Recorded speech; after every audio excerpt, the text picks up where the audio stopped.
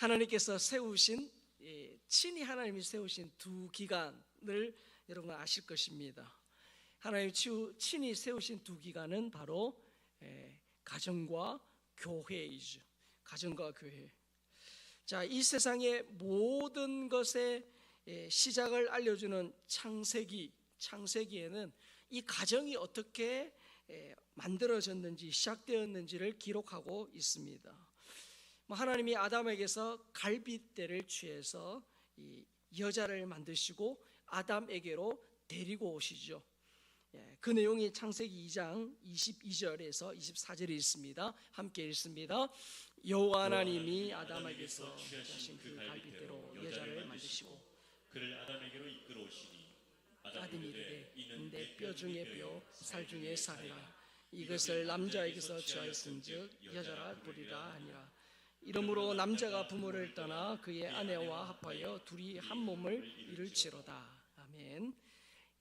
하나님의 주례로 이 아담과 하와가 부부가 되었죠. 그래서 여러분, 성경은 가정으로 시작해서 가정으로 그렇게 끝이 난다고 해도 과언이 아닙니다.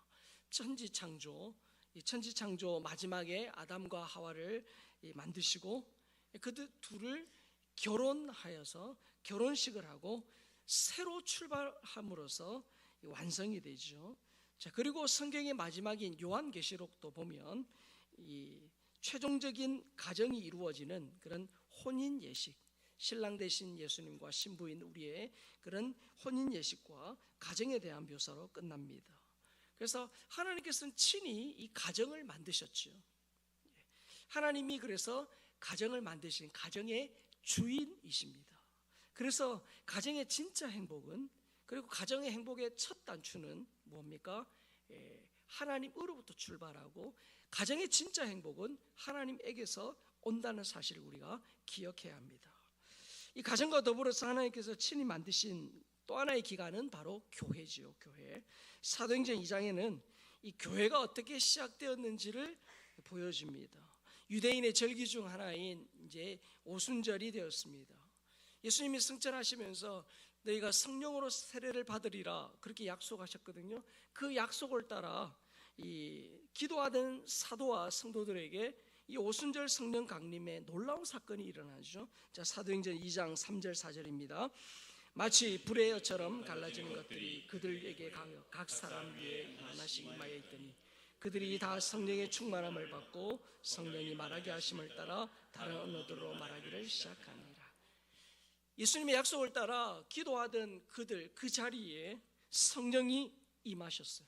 각 사람 위에 개별적으로 임하신 거예요. 모인 무리가 다 성령의 말하게 하심을 따라 다른 언어들, 이거는 우리가 흔히 기도할 때에 의미를 알아들을 수 없는 그 방언을 말하는 것이 아니라 각 세계 각처에서 온 사람들의 언어, 즉 지금으로 말하면 외국어예요. 그런 언어들로 말하게 되었습니다. 그러니까 이 성령 강림은 교회의 시작의 신호탄이에요. 하나님은 오순절 성령 강림을 통해서 친히 교회를 세우셨습니다. 그래서 하나님은 지금도 성령을 통해 이 땅에 수많은 교회들을 인도해 가십니다. 자, 하나님께 세우신 두 기관, 가정과 교회. 이 가정과 교회가 건강한 나라가 부강한 나라예요. 사탄은 지금도 하나님께서 세우신 이 가정과 교회를 무너뜨리기 위해서 모든 방법을 동원합니다. 여러분, 가정이 무너지면 사회가 존립할 수 없습니다. 그리고 여러분, 교회가 교회다울 때 여러분 나라가 부강해져요. 한국 교회가 동성애 축제 또 차별금지법 반대를 주장하고 끊임없이 기도하면서 입법 저지를 위해 노력하는 이유가 있습니다. 여러분, 한 남자와 한 여자가 결혼하는 것, 그래서 가정을 이루어서 자녀를 낳고 그 가정이 건강한 그 사회가 진짜 부강한 나라예요. 한 남자와 한 여자가 결혼하는 것이 하나님이 부여하신 창조의 질서입니다. 자, 그러나 여러분, 이미 유럽의 많은 나라들 동성혼이 합법화되고 남자와 남자, 여자와 여자가 결혼하는 그런 나라들 보세요. 처음은 성적 소수자들을 위한다, 그들을 인권을 보호한다라고 그런 좋은 의미에서 시작되었다 할지라도 시간이 많이 지난 지금 상황에서 그 나라들을 보십시오. 수많은 문제들이 지금도 생겨서 그 문제 때문에 엄청난 돈과 수많은 그런 이 불필요한 에너지가 사용되고 있습니다. 여러분, 그래서 남자와 남자, 여자와 여자가 결혼하는 것은 창조 질서에 역행하는 악이고, 그런 사회는요 반드시 망합니다. 여러분, 그것이 성경의 역사고 세계의 역사예요. 동성애 축제를 하고 차별금지법을 법제화하려는 시도 배후에는 사탄이 있어요. 아까 말씀드렸습니다. 사탄은 가정과 교회를 무너뜨리는 존재예요. 그래서 여러분, 이런 이 동성애 또 이 차별금지법 등이 법제화되면 이 두 가지, 가정과 교회가 무너져요. 그래서 이런 무서운 영적인 음모가 숨어 있기 때문에 한국 교회는 지금도 깨어 기도하는 겁니다. 앞으로 더 이런 시도들이 더 빈번히, 더 교묘하게, 더 강한 규모로 이루어질 것입니다. 그래서 한국 교회는 더 깨어 기도해야 하는 거예요. 사탄의 교회 죽이기 시도는 초대교회부터 지금까지 계속되었습니다. 그래서 우리가 우리 교회를 위해서, 그리고 한국 교회를 위해서, 세계 교회를 위해서 기도하는 거죠. 여러분, 세계 역사를 보십시오. 국가 권력을 동원해서 교회를 탄압하고 성도들을 핍박하는 나라치고 잘된 나라가 없어요. 이거는 세계의 역사니까요. 마음껏 예배하고 신앙생활을 할 수 있는 자유가 보장된 나라, 그 나라가 경제도 정치도 발전합니다. 그래서 여러분, 성경에서 말하는 가정과 하나님을 참되게 예배하는 교회가 되도록 기도해야 될 줄로 믿습니다. 우리는 지금 가정의 달 5월의 마지막 주일 예배를 드리고 있습니다.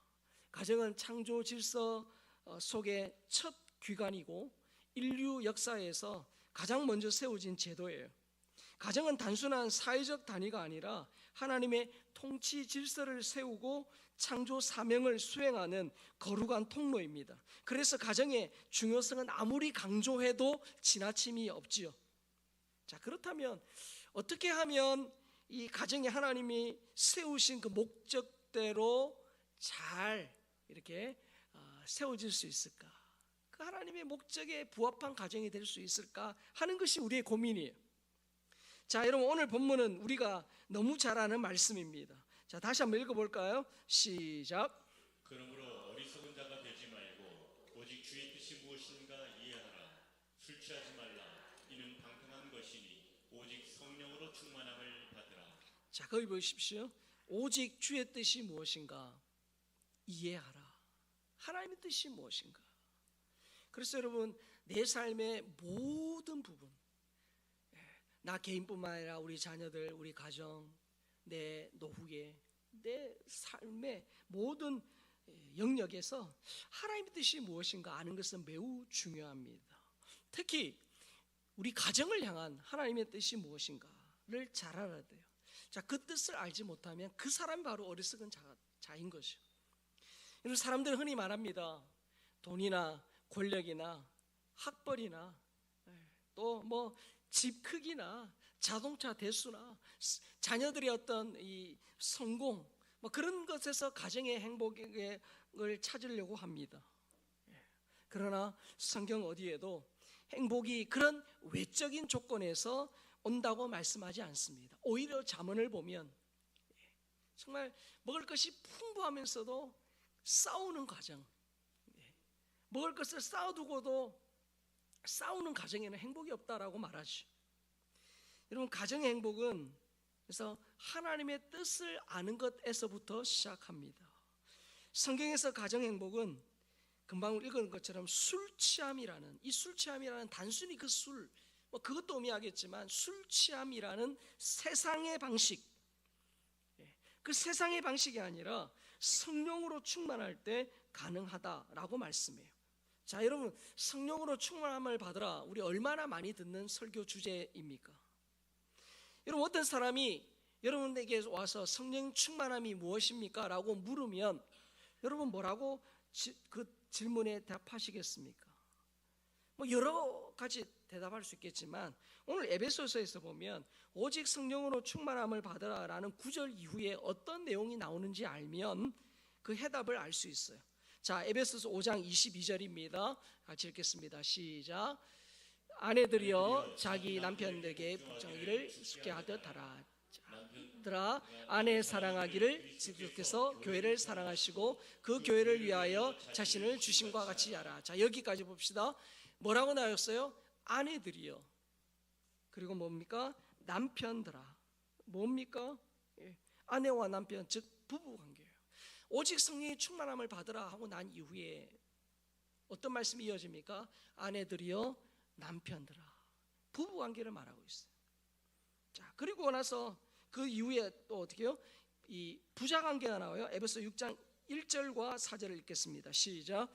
자녀들아 주 안에서 너희 부모에게 순종하라. 이것이 옳으니라. 아이들아 너희 자녀를 노엽게 하지 말고 오직 주의 교훈과 은혜로 양육하라. 자, 뭐가 나옵니까? 자녀들아 나오고 아비들아 나와요. 뭐요? 부모와 자식, 부자관계가 나와요. 자, 오직 성령의 충만을 받으라 하고 난 이후에 부부관계 나왔고 부자관계 나왔어요.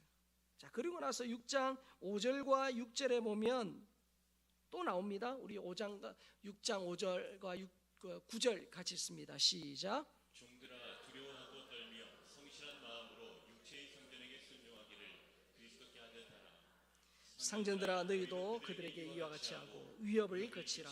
이는 그들과 너희의 상전이 하늘에 계시고 그에게는 사람을 외모로 취하는 일이 없는 줄 너희가 알미라. 자, 여러분, 오직 성령의 충만함을 받으라 하고 난 이후의 내용을 보니까 어떻게 해요? 부부관계, 그리고 부자관계, 그리고 어떻게 해요?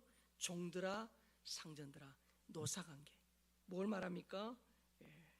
이 지금 부부관계, 부자관계, 노사관계, 이것은 사람이 살아가는데 가장 중요한 가정생활과 사회생활을 다 아우르고 있어요.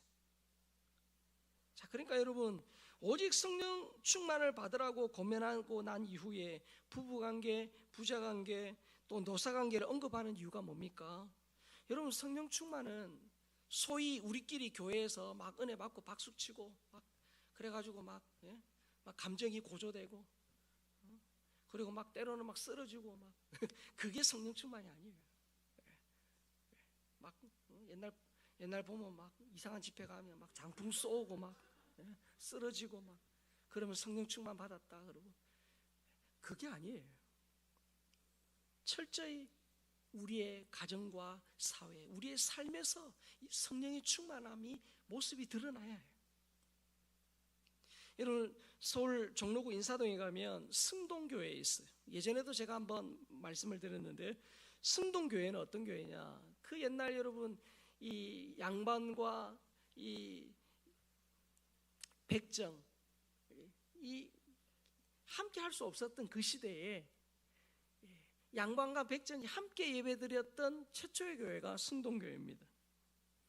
이 승동교회의 제6대 담임 목사님이 이재형이라는 분이신데요. 자, 이분이 원래는 조선 왕손이에요. 자, 그런데 여러분 뭐 구한말에 이 조선의 정세가 어지러웠지 않습니까? 그러니까 그냥 막 되는 대로 사는 거예요. 가을이면 충주 선산을 찾아 성묘했는데 어느 해 우연한 기회로 엄귀현이라는 그런 마부와 동행을 하게 된 거예요. 그런데 이 엄귀현이라는 마부가 그 선교사님으로부터 복음을 듣고 예수를 믿어서 정말 신앙이 독실한 그런 마부였습니다. 그래서 이대영 대감을 극진히 모셨고 그 함께 가면서 정말 대담하게도 이 왕손에게 복음을 전한 거예요. 예수 믿으라고 그렇게 권한 겁니다.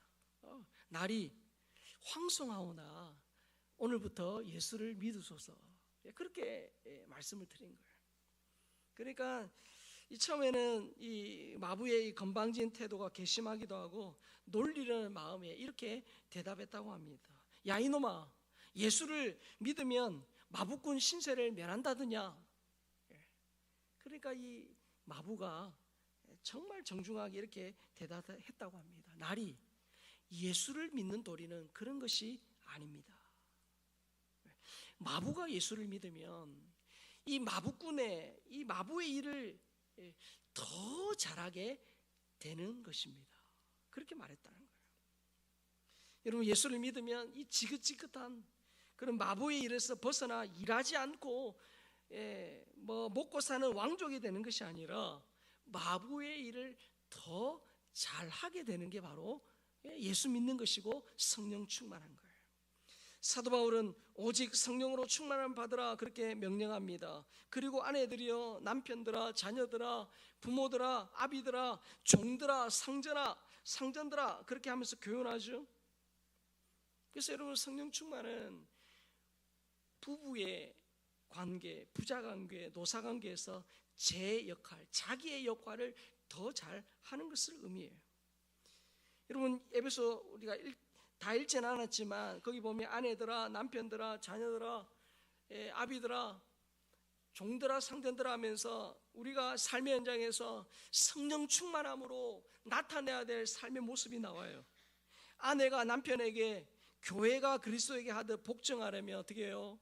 내 힘으로 안 돼요. 성령 충만해야 가능합니다. 남편도 그리스도께서 교회를 사랑하시고 교회를 위해 자신을 주신 것 같이 헌신하려면 내 힘으로 안 돼요. 성령 충만해야 해요. 그리스도를 경외함으로 피차 복종하는 일은 남편도 예수로 살고 아내도 예수로 살아야만 가능합니다. 우리 여기 남편들 계시잖아요. 흔히 그렇게 말합니다. 내가 우리 집 가장인데, 내가 하늘 같은 남편인데 받들어야 되지 않겠냐. 우리가 때론 큰 소리 칠 때 있습니다. 그런 큰 소리 치고 싶은 내 자아가 죽고 예수님으로 살아야 가정에 진짜 행복이 있는 거예요. 내가 가족을 위해 얼마나 헌신했는데 이게 뭐냐. 우리 어머니들, 주부들, 남편을 위해, 자녀들을 위해서 진짜 불철주야 그렇게 애쓰고 노력하고 때로는 이런 한탄, 이런 불평이 나올 때가 있지 않습니까? 내가 가족을 위해 얼마나 헌신했는데 이거밖에 안 되냐라는 그런 마음, 그런 자아가 죽고 예수님으로 충만해야 가정이 행복해진다는 거예요. 제가 여러 차례 보여드렸지만 우리 부부 행복 삼각형을 기억해야 돼요. 자, 부부 행복 삼각형 보여주세요. 없어요? 삼각형? 그렇죠. 제가 여러 번 보여드렸잖아요. 자, 우리가 결혼하면 남편과 아내가 서로 자기를 쳐다보라고 합니다. 뭐 신혼 때는 그럴 수 있지요. 근데 10년 지나고도 계속 나를 쳐다보라 그러면은 뭐 그렇게 요구하는 사람도 없지만 그 요구에 응하는 사람도 별로 없잖아요. 자, 그런데 여러분, 남편과 아내가 감정적으로 사랑해서 결혼하지만 사실 우리가 끝까지 정말 이 관계를 잘 유지하려면 어떻게 해야 됩니까? 결국은 저 하나님께로 가야 돼요. 남편도 하나님 가까이, 아내도 하나님 가까이. 그러면 남편과 아내의 관계도, 사이도 어떻게 돼요? 가까워집니다. 맞습니까? 그래서 여러분, 성령 충만하다는 게 뭡니까? 내가 하나님 가까이, 예수로 충만하고 하나님으로 충만해지면 내가 하나님께로 점점 가까이 가요. 남편도 그렇게 가고 아내도 그렇게 가요. 그러면 여러분, 하나님이라는 저곳으로 가까이 가면 갈수록 어떻게 해요? 두 사람의 사이도, 거리도 가까워진다는 거예요. 그런데 여러분, 인간은요 원죄를 가지고 태어났죠. 그래서 사람은요 본능적으로 이기적입니다. 본능적으로 이기적이에요. 그래서 여러분, 복종하고 사랑하고 서로 위하고 그냥 되지 않아요. 죄인은 자연스럽게 반항하고 미워하고 질투합니다. 그래서 복종하고 사랑하는 것은 저절로 되어지지 않아요. 저절로 되어지지 않기 때문에 문제가 있는 거죠. 그래서 사도 바울은 성령으로 충만함을 받으라. 아내도 하나님께로 가까이 가고 남편도 하나님께로 가까이 가라. 그렇게 말합니다. 성령 충만해야 아내의 역할, 남편의 역할 잘할 수 있음을 믿습니다. 여러분, 그냥 저절로 쉽게 자연스럽게 되지 않아요. 내 안에 성령 하나님으로 충만해야 합니다. 그래서 우리가 어떻게 해요? 기도를 하고 하나님 말씀 앞에 머물러 있는 거예요. 자, 부부관계, 부자관계 다르지 않습니다. 사도 바울은 자녀들아 하면서 자녀된 우리에게 주 안에서 부모에게 순종하라고 말해요. 자, 우리 몇 주 전에 어버이 주일을 지냈습니다. 여러분, 안티크리스천들, 예수쟁이들 욕하는 그들이 교회를 비난하는 이유 중에 하나가 제사 문제예요. 여러분, 교회는 제사를 안 지내니까 부모 조상도 모르는 그런 불효자다, 그렇게 비난합니다. 그러나 진짜 효도는 부모님이 살아계실 때 하는 거예요. 돌아가시고 안 계신데 부모님께 진수성찬으로 제사를 드리는 것은 진짜 효도가 아닙니다. 진짜 효도는 부모님이 예수 믿게 해드리는 것. 우리 부모님이 꼭 예수 믿을 수 있도록 기도하고 예수 믿을 수 있도록 모든 방법을 동원해서 하나님을 소개해 주는 것. 그리고 이 땅에 계실 때에 잘하는 거예요. 여러분, 성경에 부모 공경에 대한 명령이 얼마나 많은지 모릅니다. 그런데 기독교인이 불효자라고 말하는 것은 그들이 성경을 잘 몰라서 하는 얘기예요. 성경의 많은 곳에서 부모를 공경하라 그렇게 명령합니다. 그런데 많은 자녀가 부모를 공격해요. 맞죠? 공격해요. 아빠 엄마가 나한테 해준 게 뭔데? 나는 아빠 엄마가 때문에 창피해 죽겠어. 뭐 이런 말 우리 어릴 때 비슷한 말 우리 한두 번 다 해보지 않았습니까? 저는 양심 고백하는데 저는 한 적이 있거든요. 말로 공격하고, 때로는 우리 청개구리 심보가 발동을 해서 부모의 말 반대로 하면서 부모의 마음을 공격해요. 심지어는 주먹과 발로 진짜 신체적으로 공격하는 사람도 있잖아요. 어떤 형태로든 부모를 공격하여 부모를 힘들게 하는 것은 성경에서 말합니다. 분명히 죄다. 그렇게 말합니다. 자, 그런데 여러분, 진짜 우리가 자녀로서 부모를 잘 공경하려면 성령 충만해야 돼요. 예수님으로 충만하지 않으면 부모를 자꾸 공경하는 게 아니라 공격하게 돼요. 예수님 보세요. 어릴 때부터 부모님께 순종했다라고 성경은 말씀합니다. 가나 혼인잔치에 포도주가 떨어진 거예요. 이거는 심각한 결례입니다. 그런 난감한 상황에서 예수님은 어머니 마리아의 요청을 받아들여서 첫 번째 이적을 행하세요. 예수님은 십자가에 돌아가시면서 홀로 남겨져서 외로우실 그 어머니 마리아를 제자 요한에게 부탁하죠. 이런 성령 충만할 때 부모의 고마움을 알게 되고 자식의 할 일에 충실하게 돼요. 그래서 여러분, 우리 자녀들이 좋은 대학, 좋은 직장 들어가서 정말 좋은 배우자 만나서 결혼하는 것, 그것도 중요해요. 그러나 진짜 중요한 게 뭡니까? 그가 예수 그리스도를 알고 예수 믿고 성령 충만하게 하는 거예요. 그래야 성령께서 그 자녀가 자녀로서의 역할, 부모로서의 역할, 어른으로서의 역할, 선배로서의 역할을 잘할 수 있도록 이끌어 가시는 거예요. 여러분, 부부 행복 삼각형이 있듯이 부모와 자식 관계에도 행복 삼각형이 있어요. 보여주세요. 부모가 하나님께 가까이 가는 거예요. 자녀가 왜 저러냐? 우리 그렇게 한탄하고 불평할 수 있으나 여러분, 자녀 이전에 내가 하나님께로 가까이 가야 돼요. 자녀도 하나님 가까이 해야 성령 충만하죠. 그러면 부모와 자식 사이도 가까워집니다. 이것이 부자지간이 행복해지는 비결, 우리 가정에 평안이 임하는 비결이에요. 제가 아는 권사님 그 권사님은 참 지금도 늘 생각나는 권사님인데, 사춘기 자녀가 어릴 때 사춘기 자녀들이 속썩이잖아요, 맞죠? 속썩여요. 속썩이지 않는 자녀들은 대륙별로 하나 정도 있을까, 그렇죠?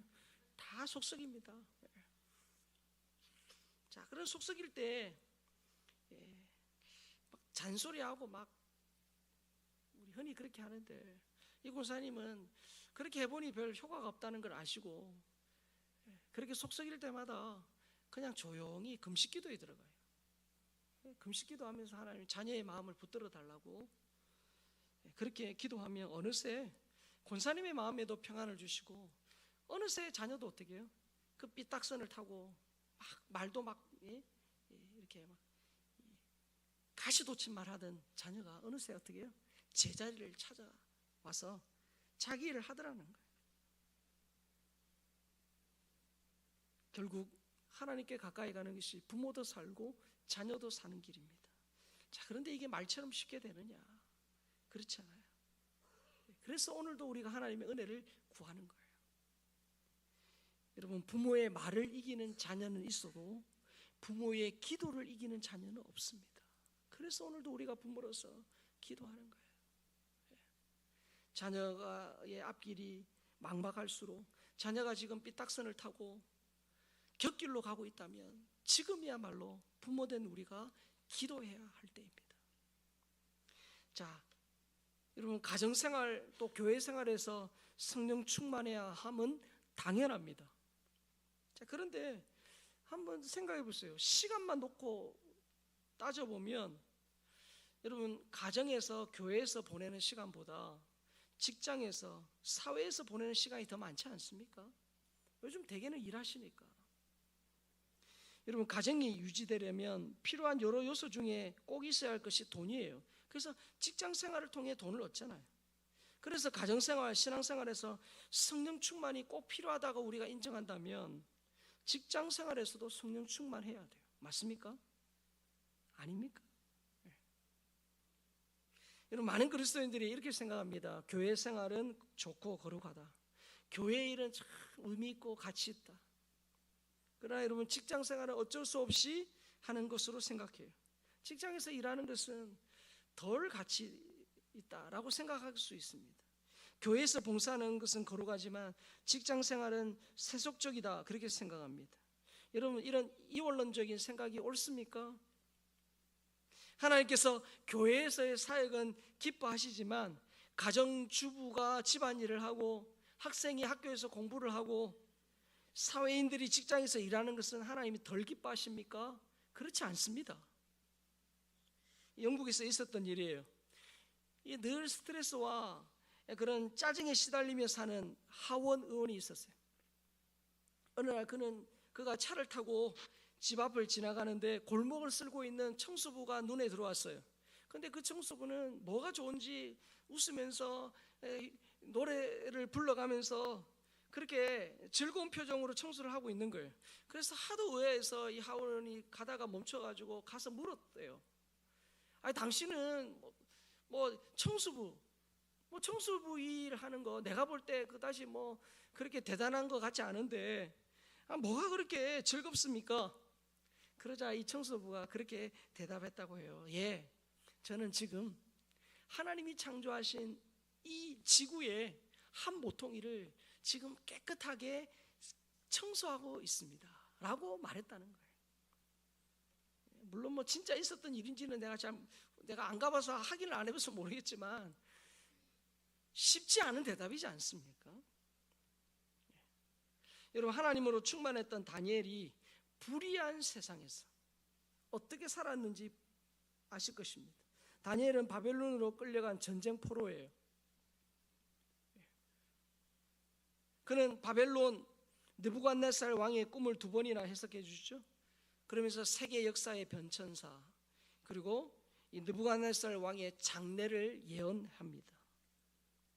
시간이 흘러서 이 벨사살 왕의 때가 됐습니다. 그때 이 왕이 이 잔치 자리에서 예루살렘 성전에서 가져온 금잔, 성전 기구를 가지고 술을 부어서 마시고 막 그랬잖아요.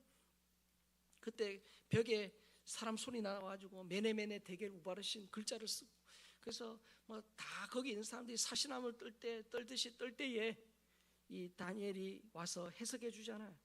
해석해 줍니다. 그래서 그 벨사살 왕의 교만과 우상 숭배 때문에 이 왕위가 폐해질 것이고 나라가 바벨론이 망할 것을 예언합니다. 그래서 다니엘은 바벨론의 셋째 치리자가 되죠. 그래서 한마디로 말하면 다니엘은 바벨론의 제국의 녹을 먹는 그런 공무원이에요. 자, 바벨론이 망했습니다. 그리고 페르시아가 되죠. 다리오 왕이 중동의 패권을 차지합니다. 그는 곧바로 국가 조직을 정비하는데 국가를 120개 지방으로 나누어요. 그리고 중앙에 총리 3명을 두고, 다니엘 총리 3명을 두고 120개 지방을 그렇게 관리하게 하죠. 이 3명 총리 중에 다니엘이 수석 총리입니다. 다니엘은 페르시아 본토 사람이 아니라 유대인입니다. 유다에서 태어난 포로 1세대예요. 거기에다가 페르시아에 의해 멸망당한 바벨론 제국의 관리였어요. 자, 그러면 여러분 세계사를 보세요. 한 나라가 어느 나라를 먹었어요. 그러면 그 전의 나라의 고위직 관리들, 왕과 사람들 다 죽이는 것이 어떻게 보면 상식이잖아요. 그렇게 다니엘도 바벨론 제국이 멸망당했을 때 죽었어야 할 인물이에요. 그런데 페르시아 왕은 다니엘을 수석 총리로 임명합니다. 그래서 그가 수석 총리로서 업무를 지시할 때 어떤 도덕적인 흠도 없었잖아요. 그래서 결국은 이 많은 사람이 다니엘을 시기하고 미워했습니다. 그래서 그를 이 종교적인 어떤 틀로 다른 신에게 절할 때 사자굴에 넣겠다라는 그런 법령까지 반포해서 그를 죽이려고 했지만 결국 어떻게 합니까? 다 실패합니다. 그리고 그 이방 왕이 다니엘에게 무릎 꿇는 그런 놀라운 역사가 일어났어요. 다니엘은 전쟁포로로 끌려간 바벨론에서 신세를 한탄하거나 독립무장투쟁을 하지 않았어요. 다니엘과 세 친구는 이 바벨론식 교육을 잘 받았어요. 그리고 바벨론과 페르시아 제국 위에 열심히 일했습니다. 바벨론의 느부갓네살 왕과 페르시아의 다리오 왕을 잘 섬겼어요. 하나님은 이스라엘 땅에만 계신 것이 아니라 바벨론과 페르시아에도 계시기 때문에, 그래서 그곳에서 그가 하나님으로 충만함으로 말미암아 하나님의 살아계심을, 그 제국, 그 이방신이 가득한 그 제국에서 하나님의 살아계심을 보여준 거예요. 자, 여러분, 우리가 사회에서 직장 생활할 때 다니엘처럼 한다면 믿지 않는 동료와 상사가 나를 통해 하나님을 보게 될 것입니다. 여러분, 직장은 돈을 벌기 위해 어쩔 수 없이 가는 곳이 아닙니다. 하나님의 손과 발이 되어 나의 재능과 또 실력으로 많은 사람을 섬기는 곳이, 그러면서 섬기면서 어떻게 해요? 그러면서도 어떻게 해요? 필요한 물질을 얻는 곳이. 직장은 믿지 않는 사람들에게 하나님을 들려주고 보여주는 선교지예요. 그래서 여러분, 우리가 예수 믿지 않는 사람이 가득한 선교지에서, 그 직장에서 진짜 하나님의 살아계심을 들려주고 보여주려면 우리 속에 누가 계셔야 돼요? 성령 하나님이 계셔야 돼요. 성령 하나님을 충만해야 돼요. 그래서 여러분, 달력을 보세요. 주일, 월화수목금토잖아요. 주일이란 첫 단추에, 주일이란 이날에 은혜 받아야 월요일부터 토요일 혹은 목요일, 금요일까지 우리 삶의 현장, 가정과 학교와 직장에서 선한 영향력을 드러낼 수 있게 됩니다. 그래서 여러분, 우리가 이 직장이란 곳에서 이 내게 주어진 일을 잘하기 위해서 성령 하나님으로 해야 합니다. 성령 충만해야 직장 생활도 잘할 수 있고 하나님을 기쁘시게 할 수 있는 겁니다. 사랑하는 성도 여러분, 부부관계, 부자관계, 노사관계, 즉 우리의 가정과 우리의 사회생활에서 진짜 필요한 게 뭡니까? 성령 충만이에요. 여러분, 우리가 다 가정이 행복하고 정말 내가 하는 일이 잘 되고 평안하기를 다 우리가 원하잖아요. 근데 그거는 여러분 그만한 대가 지불 없이 그냥 저절로 자연스럽게 되지 않습니다. 구호 외친다고 되지 않아요. 내 안에 예수님이 살아계시고 내가 예수님 안에 거하고 내 안에 성령 하나님으로 충만해야 가능합니다. 가정생활, 사회생활, 신앙생활 행복 비결은 뭐냐? 성령 하나님으로 충만한 거예요. 여러분, 나는 불완전합니다. 내 안에서 나오는 것은 죄밖에 없고 약한 것, 부족한 것밖에 없어요. 근데 진짜 내 안에 예수님으로 충만할 때, 성령 하나님으로 충만할 때 그분으로 말미암아 내게서 나오는 것은 선하고 아름답고 열매 맺을 수 있는 겁니다. 나는 죽고 예수님으로 살아서 진짜 가정이 행복하고 이 5월 가정의 달을 지나가면서 정말 부부가 하나님께로 또 부모와 자식이 하나님께로 가까이 하면서 정말 내 안에 성령으로 충만해서 이 세상에서 빛과 소금의 역할을 감당하는 저와 여러분 될 수 있기를 주의 이름으로 축복합니다.